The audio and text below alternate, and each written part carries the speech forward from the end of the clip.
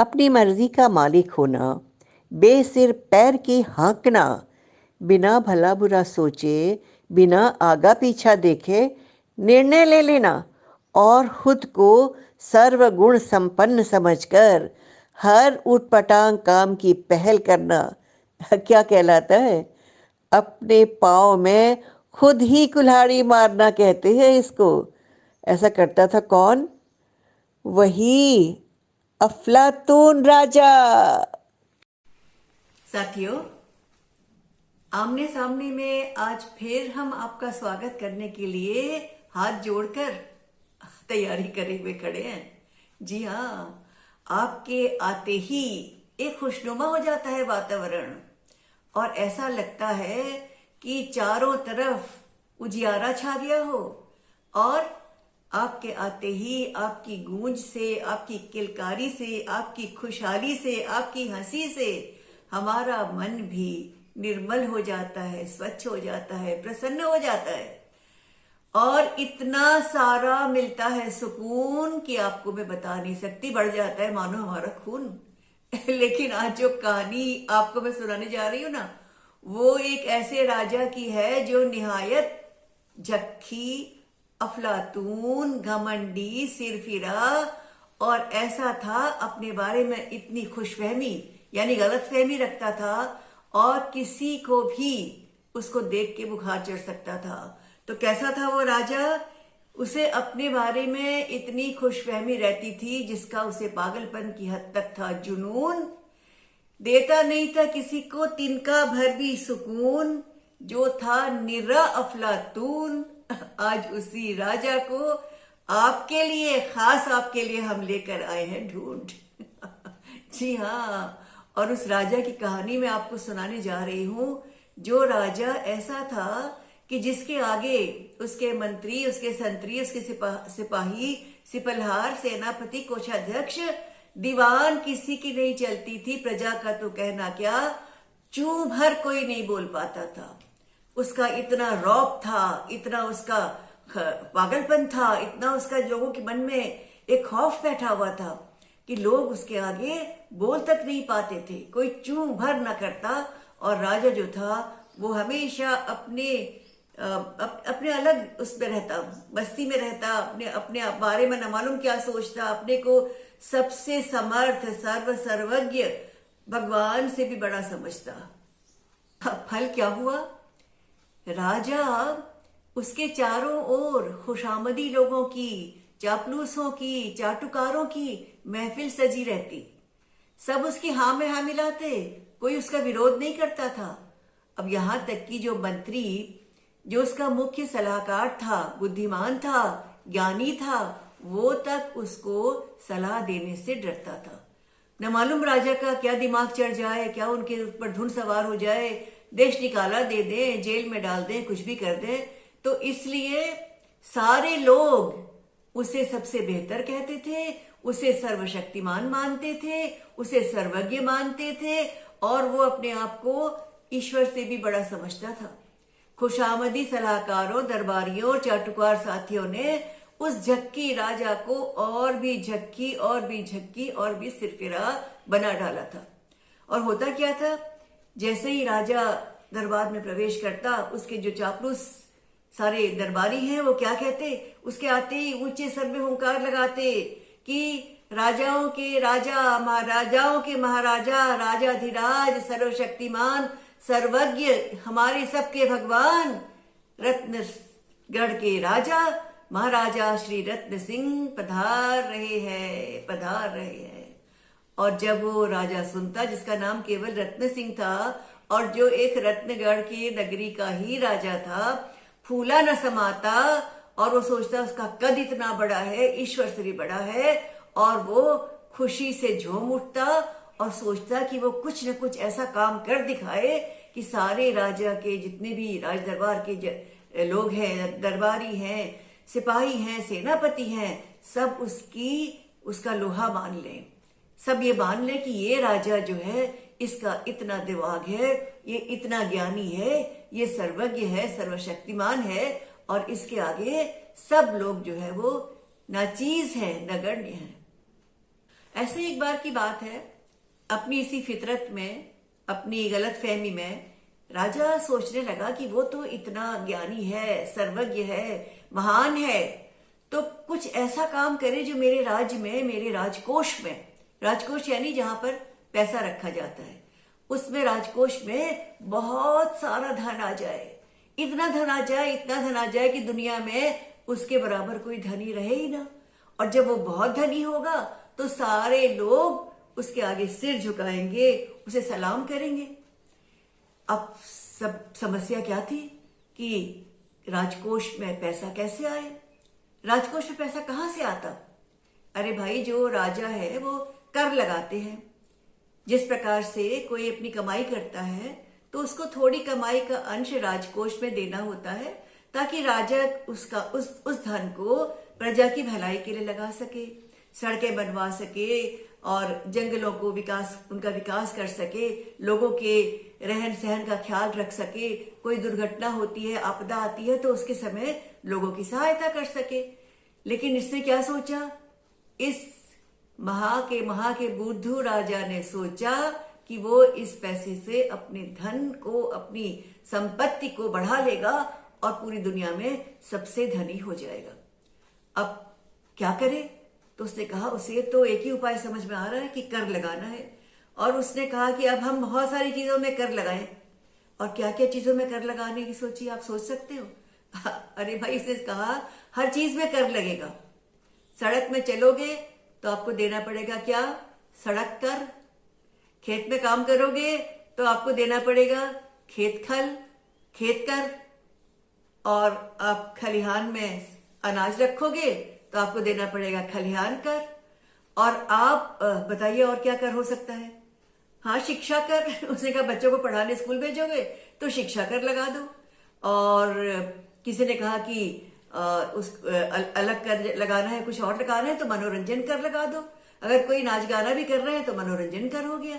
इसी प्रकार से किसी ने कहा कि शादी विवाह होगा, कोई समारोह होगा तो समारोह कर। और ऐसे करते करते राजा ने करों की एक लंबी सूची तैयार कर ली। तो भाई, करों की लंबी सूची बन गई। संतान पैदा हो तो संतान कर, भूमि कर, शादी कर, उसके बाद विक्रय कर, क्रय कर, भ्रमण कर, पठन कर, अन्न कर, वस्त्र कर। करों की भरमार लग गई और घोषणा हो गई कि अब जो है इतने सारे कर लगाए जाएंगे और ये कर सबको देने हैं, चाहे मंत्री हो, चाहे संतरी हो, चाहे दरबारी हो, चाहे लोग हो, चाहे जनता हो, प्रजा हो, हर इस कर का देनदार होगा। हुआ क्या? हाहाकार मच गया, त्राही त्राही मच गई, खाने के लाले पड़ गए। अब लोग खाएं तो क्या खाएं, रहें तो कैसे रहें, बोए तो क्या बोए, अनाज बोए और अनाज बो के उसकी दुगना कर देना पड़ जाए तो अनाज क्यों बोएगा कोई? इसके अलावा अगर आपने बच्चे को पढ़ाना है स्कूल में तो आपको पठन कर लग जाएगा, तो स्कूल क्यों भेजा जाए बच्चों को? भाई, सब लोग सोचने लगे अब स्कूल भी नहीं भेजना है। तो ऐसी हालत आ गई कि सारी प्रजा जो है वो रुआसी हो गई। पूरे राज्य में एक ऐसा माहौल हो गया कि सब लोग सुन्न पड़ गए। किसी के अंदर कोई उत्साह नहीं, कोई ऊर्जा नहीं, कोई खुशी नहीं। सारे थके हारे निराश बेचारे से हो गए। राजा का मंत्री बहुत होनहार तो था, लेकिन हिम्मती नहीं था। उसकी तो हिम्मत ही नहीं हुई कि वो राजा को सही सलाह दे। लेकिन राजा का जो मंत्री था उसका एक बेटा था। बेटे का नाम क्या था? स्वस्तिक। स्वस्तिक बहुत ही होनहार, समझदार और मेधावी, पढ़ने में उत्तम, शिक्षा में अव्वल आने वाला और हर समस्या का समाधान सोचने वाला लड़का था। स्वस्तिक ने सोच लिया, ऐसे हाथ पर हाथ रखकर बैठे रहने से तो कुछ नहीं बनेगा। कुछ नहीं कर रहा है कोई तो उसे तो करना ही पड़ेगा। और उसने मन में कुछ ठान लिया। अगले दिन राजा का दरबार लगा हुआ था और राजा फेहरिस्त बना रहा था कि कौन कौन से कर से कितना कितना पैसा आएगा, और कोषाध्यक्ष जो है उसका सबका हिसाब किताब लगाने में लगे हुए थे। राजा ने अपने जो उनका दरबार था उसके बाहर एक बहुत घंटी लगाई हुई थी। एक बहुत बड़ी सी घंटी थी जो फरियादी घंटी कहलाती थी। और उस घंटी को कोई भी आकर बजा सकता था, कभी भी, रात दिन कभी भी। ऐसा राजा ने ऐलान करवाया था कि कोई भी कभी भी इस घंटी को आकर बजाए, और उसके बाद उसकी समस्या अगर बहुत गंभीर है तो तुरंत उस समस्या का समाधान खोजा जाएगा और उसको राहत दी जाएगी। लेकिन किसी की हिम्मत नहीं थी कि उस फरियादी घंटी को छू भी सके, बजाना तो दूर की बात है। तो इधर जो ये मंत्री का पुत्र है, जिसका नाम क्या था, स्वस्तिक, उसने सोचा कि वो जाके आज जो है तहलका मचा दे और कहीं ना कहीं किसी न किसी तरह से राजा के, जो राजा अपने आंखों में पट्टी बांधकर और अपने गर्व में, अपने मद में अंधा हो रहा है, उसकी आंखें तो खोल सके। दरबार लगा हुआ था, दरबारी बैठे हुए थे, और अचानक क्या हुआ, टन टन टन टन टन टन टन टन की आवाज, फरियादी घंटी की आवाज। सारे दरबारी, राजा, मंत्री, सिपाही चौंक गए। ये किसने हिम्मत की? ये फरियादी घंटी तो कोई छू भी नहीं सकता, सोच भी नहीं सकता इसको बजाने के बारे में, और ये घंटी इतनी जोरों से टन टन टन टन करके बजने लगी। राजा भी चौकन्ना हुआ और सचेत भी हुआ और चिंता में भी पड़ा कि ये हुआ क्या है। आखिर किसने, किसकी मजाल जो घंटी बजा दे, और मेरे राज्य में तो इतना अमन चैन है, कोई कभी कुछ कहता ही नहीं कि यहाँ कहीं कोई कमी है। तो ये घंटी बजाने की हिमाकत, हिम्मत किसने की? और उसने कहा कि पेश किया जाए, किसकी हिमाकत है, किसकी हिम्मत है कि जिसने ये हमारी फरियादी घंटी को बजाया है, उसे पेश किया जाए। और कौन आया सामने? जब सिपाही पकड़ के लेकर आए तो कौन था भाई? ये था अपना बालक, किशोर बालक स्वस्तिक। और मंत्री से लेकर संतरी तक हैरान हो गए। राजा खुद भी चक्कर में पड़ गया। बालक, तुम कौन हो? कहां से आए हो? और तुमने ये फरियादी घंटी बजाने की हिम्मत की कैसे? खेल की चीज नहीं है, खिलौना नहीं है, ये खेलने की वस्तु नहीं, बल्कि फरियाद कहने की चीज है। अगर किसी को कोई समस्या होती है तब इस फरियादी घंटी को बजाता है। तुम्हें मालूम है तुम्हारी इस धृष्टता के लिए तुम्हें सजा दी जा सकती है। बालक जो था साहसी था, निडर था, बुद्धिमान था, और उसने बेझिझक बिना किसी डर के सिर उठाकर कहा, महाराज, मैं स्वस्तिक हूं। आपने पूछा मैं कौन हूं? मैं स्वस्तिक हूं। और आपने कहा कि इस घंटी को बजाने की हिमाकत, हिम्मत मैंने क्यों की? ये तो फरियादी घंटी है। तो महाराज, मैं भी फरियाद लेकर आया हूं। मैं आपके सामने फरियाद लेकर आया हूं और आपसे कुछ बात कहना चाहता हूं। और फिर राजा को थोड़ा मजा भी आया। उसे लगा कि एक ये बालक, किशोर बालक, नन्हा बालक, ये इतनी हिम्मत रख के आ गया है, चलो थोड़ा लुत्फ उठा लिया जाए, थोड़ा मजा ले लिया जाए। और उसने कहा कि अरे भाई, क्या तुम्हारे माता पिता से तुम्हें कोई समस्या है? क्या तुम्हारे स्कूल में कोई समस्या है? क्या तुम्हारे साथियों से झगड़ा हो गया है? क्या समस्या लेकर आए हो? यहाँ हम लोग इतने राजकीय कामों में फंसे हैं, इतने लंबे चौड़े आंकड़ों को जोड़ा घटाया जा रहा है, गिना जा रहा है, चलो हम तुम्हारी समस्या का समाधान कर डालते हैं आज। तो जो स्वस्तिक है, एक मिनट भी संकोच किए बिना उसने कहा, महाराज, ये मेरी अपनी समस्या नहीं है। मेरे जैसे बालकों की समस्या वो पीछे की बात है, इंसानों की समस्या वो भी बात की बात है। मैं तो कुछ बेजुबान लोगों की समस्या लेकर आपके पास आया हूं। बेजुबान लोगों की समस्या? अच्छा, तुम्हारे साथी इतने कमजोर और डरपोक हैं जो तुम्हारे जैसे नन्हे से दूधमुहे बालक को अपना अगुआ बनाकर भेज दिया? राजा ने कहा। स्वस्तिक ने बेझिझक कहा, नहीं महाराज, आप मेरी बात तो सुनिए, मेरी पूरी बात तो सुन लीजिए। आप तो सर्वसमर्थ कहलाते हैं, आप सर्वशक्तिमान कहलाते हैं, आप सब चीजों के जानकार हैं, ज्ञाता हैं, बुद्धिमान हैं, महान हैं। लेकिन आपने अपने राज्य में कई लोगों की आवाजें नहीं सुनी है, कई कई कई लोगों की, असंख्य लोगों की आवाज नहीं सुनी है आपने।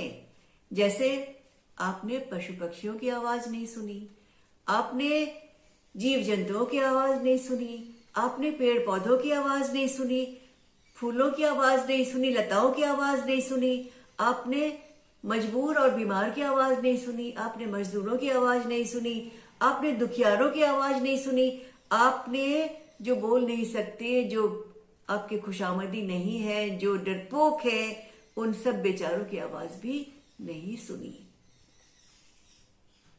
राजा ने कहा कि इनकी आवाज से हमारे राज्य की उन्नति का क्या काम। राजा का यह सवाल सुनते ही स्वस्तिक ने कहा कि महाराज, किसी भी देश की उन्नति किससे होती है? प्रकृति की हरे भरे होने से होती है, अन्न के उपजने से होती है, लोगों की खुशी से होती है, और जब आपके समय पर बारिश होती है, मिट्टी सोना उगलती है, तब सब लोग खुशहाल होते हैं। तो जो आप आवाजें नहीं सुन पा रहे ना, ये किसकी आवाजें हैं? ये आवाजें हैं शंकाओं के पहाड़ों में दबे हुए लोगों की आवाजें। ये आवाज है जो अपनी बात उठा नहीं सकते हैं, आप उनकी आवाजें। राजा ने काटी उसकी बात और कहा कि खुलकर बोलो, पहेलियां मत बुझाओ, मेरे पास वक्त नहीं है। तो स्वस्तिक ने कहा, महाराज आपके राज में अभी तक तो लोग अपने द्वारा जो उत्पत्ति करते थे, अनाज उगाते थे तो अनाज कर देते थे, व्यापारी व्यापार करते थे तो उसमें कर देते थे, जो भी जिस प्रकार की संपत्ति का अर्जन करता था उसके हिसाब से कर देता था।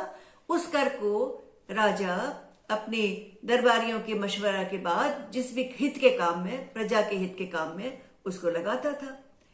नतीजा यह था, क्या था कि सब कुछ सुखद था, सब कुछ अन्न जल सब मिल रहा था, खुशहाल थे, पशु पक्षी भी खुशहाल थे क्योंकि उनको भी भोजन मिलता था, और जीव जंतु भी सुखी थे, पेड़ पौधे भी पनप रहे थे, जंगल जो है विकसित हो रहे थे, हरियाली हरियाली चारों तरफ छाई हुई थी। लेकिन आज क्या हो गया है? आपने सब वस्तुओं में कर लगा दिया। अब किसान अनाज क्यों बोए?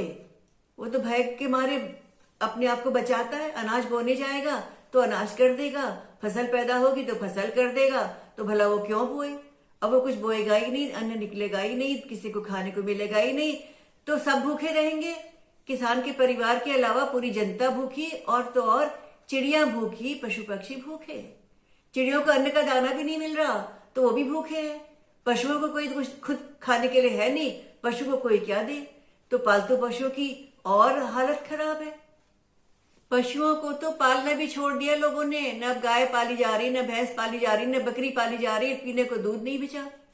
अब उनके चारा नहीं है, पशुओं के लिए चारा नहीं है, लोगों के लिए खाना नहीं है, पीने के लिए दूध नहीं है। अब बच्चों को स्कूल नहीं भेजा जा रहा, माता पिता के पास पैसा नहीं कि स्कूल भेजेंगे तो शिक्षा कर लग जाएगा, तो भैया अनपढ़े हुए जो बच्चे हैं वो घर बैठा दिए जा रहे हैं। अब जितने बच्चे हैं, जो आने वाली पीढ़ी है, वो क्या हो रही है? आलसी हो रही है, अकर्मण्य हो रही है, बुद्धू बनेगी। तो ये क्या आपके तिजोरी भरने से आपका देश खुशहाल होगा? जिस देश के जानवर दुखी हैं, जिस देश में पक्षी दुखी हैं, जिस देश में किसान दुखी हैं, मजदूरों को मजदूरी करने को नहीं मिल रही वो दुखी हैं, कोई घूमने नहीं जा सकता, भ्रमण कर लगा है, शादी ब्याह नहीं हो सकते, समारोह नहीं हो सकते, लोगों के पास वैसे ही पैसे नहीं है, और पैसा खर्च करेंगे तो खर्च करने के बदले और कर देंगे, तो लोग कोई समारोह भी क्यों करे? तो पूरे राज्य में पूरा ऐसा वातावरण आ गया है मानो कोई गमी हो गई हो, और मानो किसी का कोई बहुत बहुत बड़ा नुकसान हो गया हो। तो ऐसी स्थिति में क्या आपका राज खुश रहेगा? क्या आपका भविष्य, आपके राज का भविष्य सुखद होगा? क्या लोगों को आने वाले दिनों में उनकी चिंताएं खत्म होंगी और उनकी खुशहाली बढ़ेगी? आज सब आपके भय से चुप है, कोई कुछ बोल नहीं रहा है, लेकिन कल जब आप खुद इनकी निराशा से और इनकी दुराशा से और इनकी चिंताओं से, इनके तर्कों से, इनके कुतर्कों से आप खुद इतने निढाल हो जाएंगे कि वो निराशा आपके ऊपर हावी हो जाएगी। फिर आपका पैसा वैसा सब रखा रह जाएगा, ना आपके पास जंगल होंगे, ना आपके पास पशुधन होगा, ना आपके पास अन्न होगा, ना आपके पास शिक्षा होगी, ना आपके पास भावी पीढ़ी का कुछ कुछ किसी प्रकार का सहायक संबल होगा। फिर आप किसके भरोसे जिएंगे और आपके राजकोष का धन आपको कौन सी बड़ी नियामत लाकर दे देंगे। राजा ने ऐसा तो सोचा ही न था।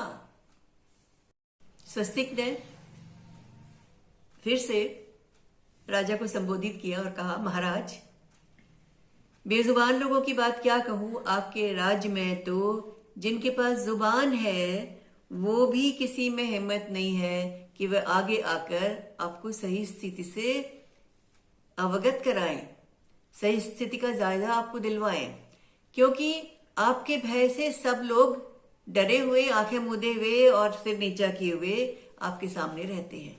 लेकिन मैं बुद्धिमान बालक हूं, मैं जानता हूं कि भविष्य जो है अगर खतरे में हुआ तो हमारा भविष्य खतरे में होने से पहले आपका ही भविष्य खतरे में आएगा। और इससे क्या होगा कि पूरा जो है राज्य जो है मटियामेट हो जाएगा, खत्म हो जाएगा। सारे लोग इतने भयग्रस्त, इतने त्रस्त, इतने हिम्मत के विहीन रह जाएंगे कि कोई भी किसी के आगे सिर उठाकर बोल भी नहीं पाएगा, और कब दुश्मन आके आपके राज को हड़प ले आपको पता भी नहीं चलेगा। तो इसलिए मैं बेझिझक सिर ऊंचा करके अपनी आवाज उठाकर आपकी आंखें खोलने और आंख में आंख डालकर आपसे बात करने आया हूं। राजा रत्न सिंह, वाकई में उसकी आंखें चौड़ी हो गई थी, उसकी आंखें खुल गई थी और उसने सोचा कि मैं कितनी भयंकर गलती कर रहा था। मैं प्रजा के हितों की अनदेखी किए चला जा रहा था और राजकोष का धन भर के क्या होता, बिना प्रजा के, बिना राज्य के मेरा राज कैसे चलता। जिस राज्य में किसी प्रकार की संपत्ति केवल अगर धन के रूप में हो, कोष भर जाए और न जन संपत्ति हो, न वन संपत्ति हो और न लोगों के मन संतुष्ट हो, तो वो कैसी संपत्ति। और रत्न सिंह ने सोचा कि मैं तो दूसरों को बेवकूफ बनाने की सोचते रह गया, लेकिन मैंने सोचा ही नहीं कि मैं खुद को भी बेवकूफ बनाए रहा हूं। और ऐसे खुद को बेवकूफ बनाने से मुझे स्वस्तिक ने बचा लिया। उसने स्वस्तिक को गले लगाया और कहा कि आज मैं आपको अपने मंत्री के पद की उम्मीदवारी देता हूं। लेकिन स्वस्तिक ने कहा, महाराज, हम भविष्य के लिए पढ़ लिख कर बेहतर बन सके, देश के काम आ सके, इतना ही बहुत है। आप भी ऐसा ही करें, पढ़ लिख कर सबका भविष्य उन्नत बनाएं। नमस्कार।